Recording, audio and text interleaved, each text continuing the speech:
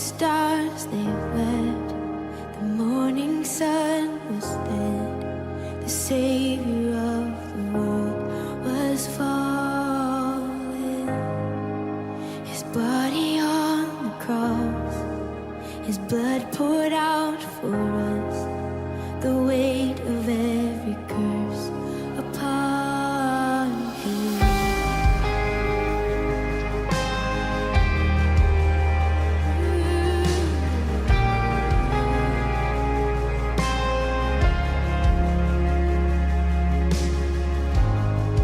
One final breath he gave as heaven looked away.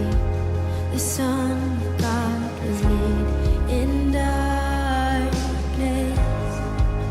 a battle in the grave. The war on death was waged, the power of hell forever broken. The ground began to shake, the stone was rolled away. His perfect love could not be overcome. Now death, where is your sting? Our resurrected King has rendered you defeated. Forever he is glorified. Forever he is lifted high. Forever he is risen. He is alive. He is alive. The ground began to shake, the stone was rolled away. His perfect love could not be overcome. Now death, where is your sting? Our resurrected King has rendered you defeated. Forever he is glorified. Forever he is lifted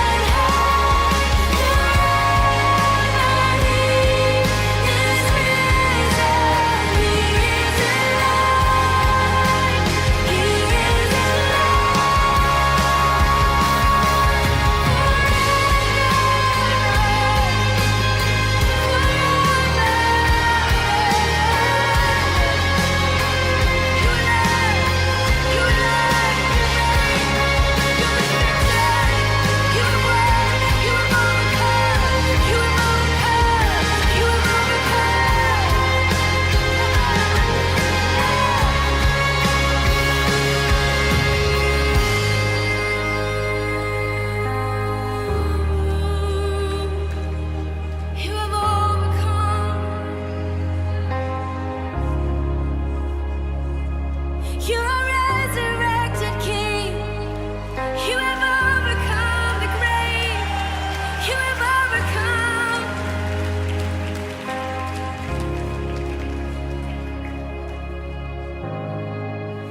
We sing hallelujah. We sing hallelujah. We sing hallelujah. The Lamb has overcome. We sing hallelujah. We sing hallelujah. We sing hallelujah. The Lamb has overcome. We sing hallelujah. We sing hallelujah. We sing hallelujah. The Lamb has overcome. We sing hallelujah. Come on, every voice tonight.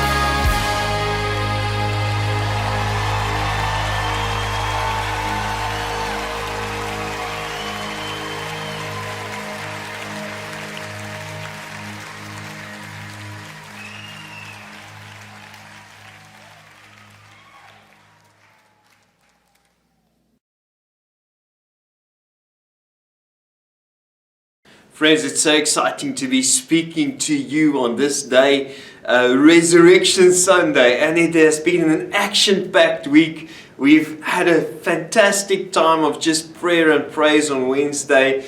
We had such a beautiful evening on Thursday evening as we reenacted the Last Supper. And on Friday morning, Theo just reminded us of this mercy that we received as Christ gave Himself. The fact that we need a Savior. And this morning I want to come and encourage us, and I want you to look anew at the resurrection of Jesus Christ, and may it bring us new joy and new hope in today and also into eternity. And I think there is someone that can lead us so well and that was so passionate about the resurrection, and that is Paul. And we see throughout Paul's ministry, as Jesus appeared to him, he had a confidence about him. And we read in various of the letters that he wrote to the churches about this confidence, that he actually has a hope in death, in the resurrection of the body, to be with Christ. That was his longing. And that's why this life had no hold on him. He had such a passion, such a drive to get the gospel message to the people that nothing was able to stop him. But at one point in time, the church in Corinth writes to Paul and tells him, listen, let's just get this resurrection thing straight. Because the church in Corinth was located at the center of Greek philosophy. And in Greek philosophy, they had this train of thought that there was a resurrection, but the body died and the soul continued living. There was no resurrection of the body. There was just a continuation of the soul. The body is bad and it perishes after some time, but then the soul lives on. And it was within this culture that the church grew and the church struggled. The church in Corinth was a young church, and as Paul writes, he writes to them with much correction. I'm speaking into the life of the church, and I pray this morning as we look at how he spoke into the life of the church in Corinth, that God by His Spirit will speak into our lives, and that we would build some confidence in the resurrection as we look at the Word of God. So I'd like to invite you to turn with me to 1 Corinthians 15. We're going to read from verse 1 to verse 23. Before we do that, let us pray. Lord Jesus, thank you for this weekend where we can celebrate, Jesus, not only your life and ministry on earth, but especially your death on a cross in our place for our sins. But Jesus, thank you as we come together this morning, Lord, that we can celebrate your resurrection, that you live forevermore. And Lord, I pray that this truth will settle deep in our hearts, Lord, and that it will create in us the same kind of confidence we see in a man like Paul. Holy Spirit, I pray that you will soften our hearts and open our eyes and ears and speak to our hearts. I pray that in Jesus' name. Amen. We're reading from 1 Corinthians 15, verse 1 from the ESV version. Now I would remind you, brothers, of the gospel I preached to you, which you receive, in which you stand, by which you are being saved, if you hold fast to the words I preached to you, unless you believed in vain. For I delivered to you as of first importance what I also received, that Christ died for our sins in accordance to the Scriptures, that He was buried, that he was raised on the third day in accordance with the scripture, and that he appeared to Cephas, then to the 12, then he appeared to more than 500 brothers at one time, most of whom are still alive, though some have fallen asleep. Then he appeared to James, then to all the apostles. Last of all, as to one untimely born, he appeared also to me. For I am the least of the apostles, unworthy to be called an apostle, because I persecuted the church of God. But the grace of God, I am what I am, and his grace towards me was not in vain. On the contrary, I had worked harder than any of them, though it was not I, but the grace of God that is with me. Whether then it was I or they, so we preached, and so you believed. Now, if Christ is proclaimed raised from the dead, how can some of you say that there is no resurrection of the dead? But if there is no resurrection of the dead, then not even Christ has been raised. And if Christ has not been raised, then our preaching is in vain and your faith is in vain. We are even found to be misrepresenting God, because we testify about God that he raised Christ, whom he did not raise, if it is true that the dead are not raised. For if the dead are not raised, then not even Christ has been raised. And if Christ has not been raised, our faith is futile, and you are still in your sins. Then those also who have fallen in Christ have perished. If in Christ we have hope in this life only, we are of all people the most to be pitied. But in fact, Christ has been raised from the dead, the first fruits of all those who have fallen asleep. For as by a man came death, by a man also the resurrection of the dead. For as in Adam all die, so also in Christ shall all be made alive. But each in his own order. Christ, the first fruits then. At his coming, those who belong to Christ. Lord Jesus, thank you for your word. And Lord, thank you for this encouragement that Paul gives the people in Corinth, and that Paul echoes into the 21st century. And I pray that this message would echo in our hearts. In Jesus' name I pray. Amen. Friends, Paul speaks about Jesus Christ and how they preach the gospel. Jesus Christ being crucified, being buried, being raised. That is the gospel that they preached. That is the gospel that the people heard. And to confirm this resurrection, Paul cannot stop at just saying Jesus died and he was buried and he was raised. No, he goes on to speak about these people that saw him. And as I read through the Gospels and as I read through this letter, as Paul writes to the people in Corinth, I'm convinced that more people saw Jesus being raised from the dead than people saw him hanging on a cross and dying. Remember, his disciples deserted him. The only disciple following him was John, standing there with Jesus' mother and some of the women that followed Jesus. But here, Paul is very specific, saying that Jesus appeared to the disciples, he appeared to Peter, he appeared to James, he appeared to 500 people at one time, and then he also appeared to Paul. Now remember, Paul was a Pharisee.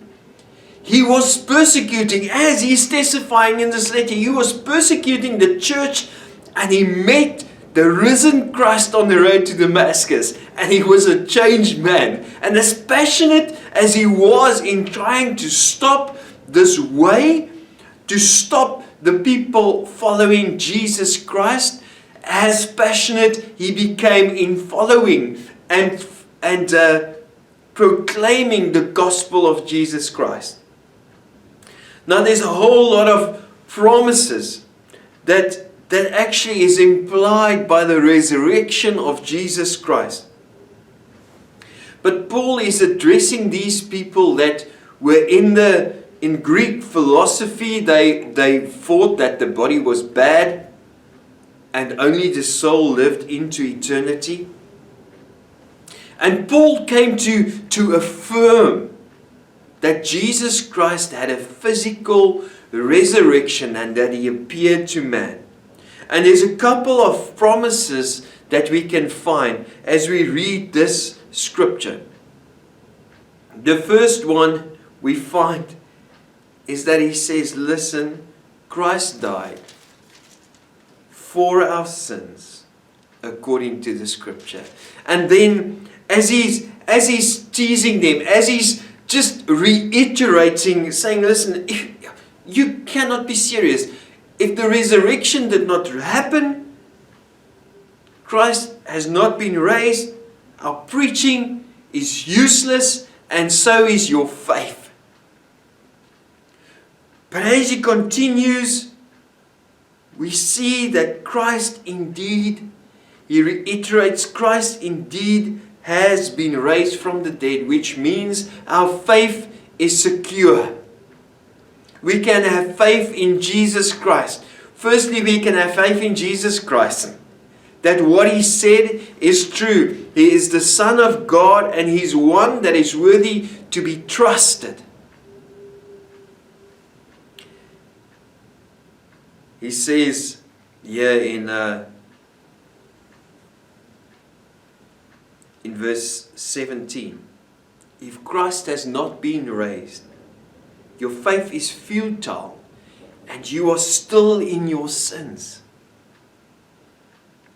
But we know that Christ has been raised, so we are not in our sins anymore. Because Christ has risen, our sins are forgiven. Because of the resurrection, we can be secure and confident that our sins are forgiven. As Paul encourages these people, he's already been to the apostles. He probably heard how Jesus spoke to them before he ascended into heaven. And he spoke to his apostles and said, listen, I'm going to prepare a place. I'm going to represent you before God my Father. And because of the resurrection of Jesus Christ, we know that Jesus Christ is representing us and interceding for us at the right hand of God. And lastly, and this is something that Paul said in many of his letters, we can have confidence not only in life, but also in eternity. He speaks and says, listen, if we only have hope in this life in Christ, we are to be the most pitied of all men. But we do not hope only in Christ for this life. Paul writes to another church and he says, I have no fear in death. For me to live is Christ and to die is gain. Actually, I'm looking forward to meet my Maker. I'm looking forward to spending time with Jesus Christ, my Lord and my Savior. Because he has got confidence that because Jesus Christ has been risen from the dead, there will be a resurrection from the dead for those who believe in Jesus Christ. Jesus Christ is the first fruits of those who will be raised from the dead, who will be made alive. And friends, I believe that it is this confidence in the resurrection that kept a man like Paul standing. It is this confidence that even as Paul testifies of being, experiencing the toughest of tough in this life that kept him going.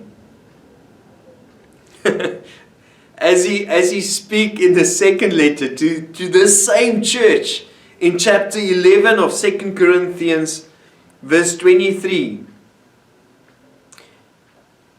he's saying, listen, I have endured, but it's because he knew he had an eternal hope in Jesus Christ and the resurrection of the dead, in being in God's presence in a profound way when this life on earth comes to an end. Verse 23 of 2 Corinthians 11. Are they servants of Christ? I'm a better one. I'm talking like a madman with far greater labors, far more imprisonments, with countless beatings and often near death. 5 times I received at the hands of the Jews 40 lashes less ones. 3 times I was beaten with rods. Once I was stoned. 3 times I was shipwrecked. A night and a day adrift at sea. Frequent journeys in dangers of rivers, of robbers, of my own people, from Gentiles, in danger in the city, in the wilderness, at sea, from false brothers, in toil, in hardship, through many a sleepless nights, in hunger and in thirst, often without food, in cold and exposure, and apart from other things, there is a daily pressure on me of my anxiety for all the churches. Friends, Paul had such a confidence in Jesus Christ to keep him going in the toughest of circumstances.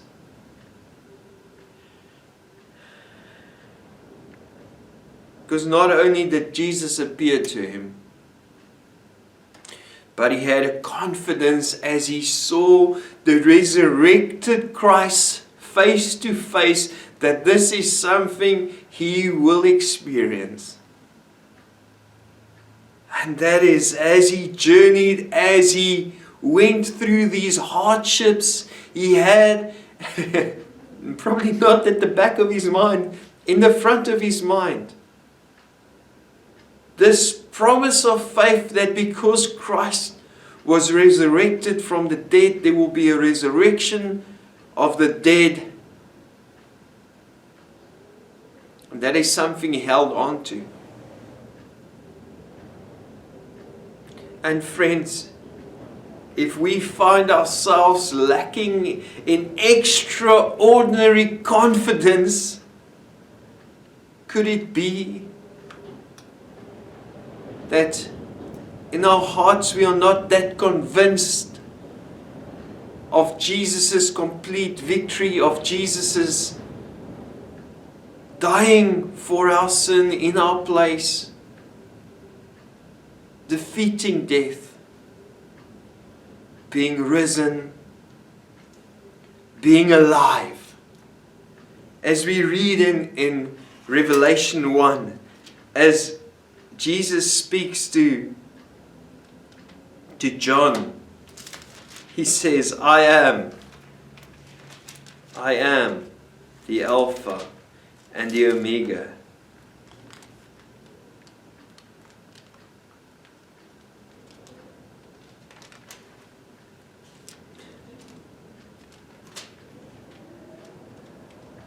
I am the first.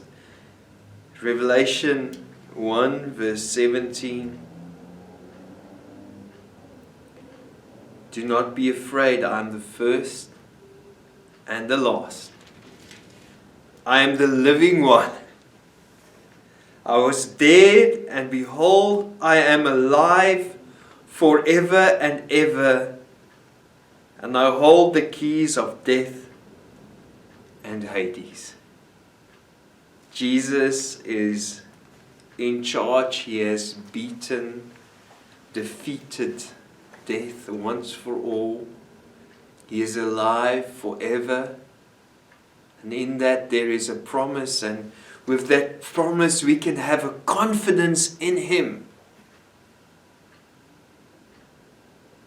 And friends, as we take this day and remember the resurrection of Jesus Christ, I pray that it will fill us with the confidence as we go into the world in this week coming, in this year coming, for the sake of Jesus Christ and His church and His mission, that we will be a people that this life has a light hold on, because we have eternal hope in Jesus Christ our Savior. Let's pray. Jesus, thank you that you appeared to Paul, and Lord God, that he was so convinced and so passionate about your resurrection, Lord God, that he was so secure in it. And I pray for ourselves that we will be so secure in your resurrection and in ours, Lord. Lord, I pray that as we face the day to day, Lord, and I pray that you would save us from the kinds of trials that Paul went through, Lord. But as we experience trials of our own, Lord, that our confidence would be so secure in who you are, in what you've done, and in what you've promised, Lord God, that our faith would be unshakable. I pray that you will bless us, Lord God. Lord, and I declare that, Lord, be enthroned upon the praises of this generation, 1,000 before and 1,000 coming. We praise your name. Amen. Friends, as you are there, I invite you to stand with me and let us sing this song, be enthroned upon the praises of 1,000 generations, because He is worthy, the Lord of all. God bless you.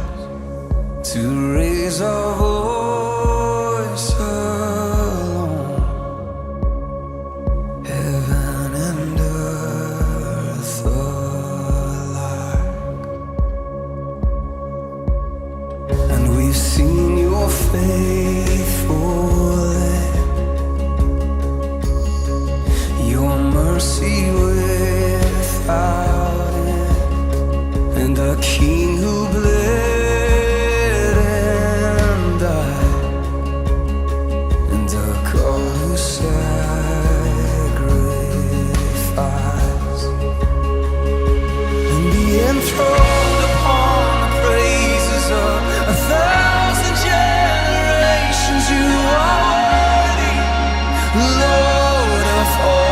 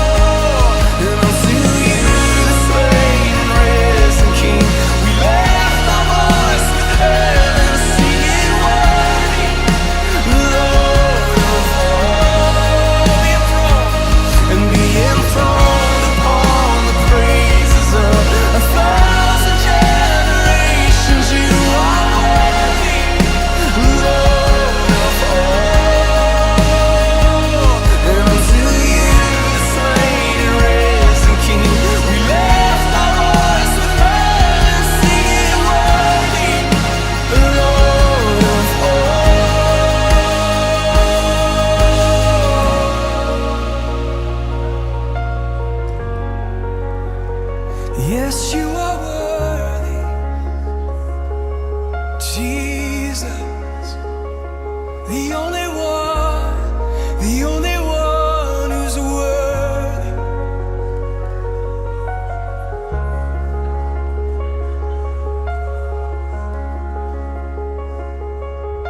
And highest praises, Lord of all. And highest praises, Lord of all. And highest praises, Lord of all. We bring to you the highest praises, Lord of all. And highest praises, Lord of all. We sing it out. Highest praises, Lord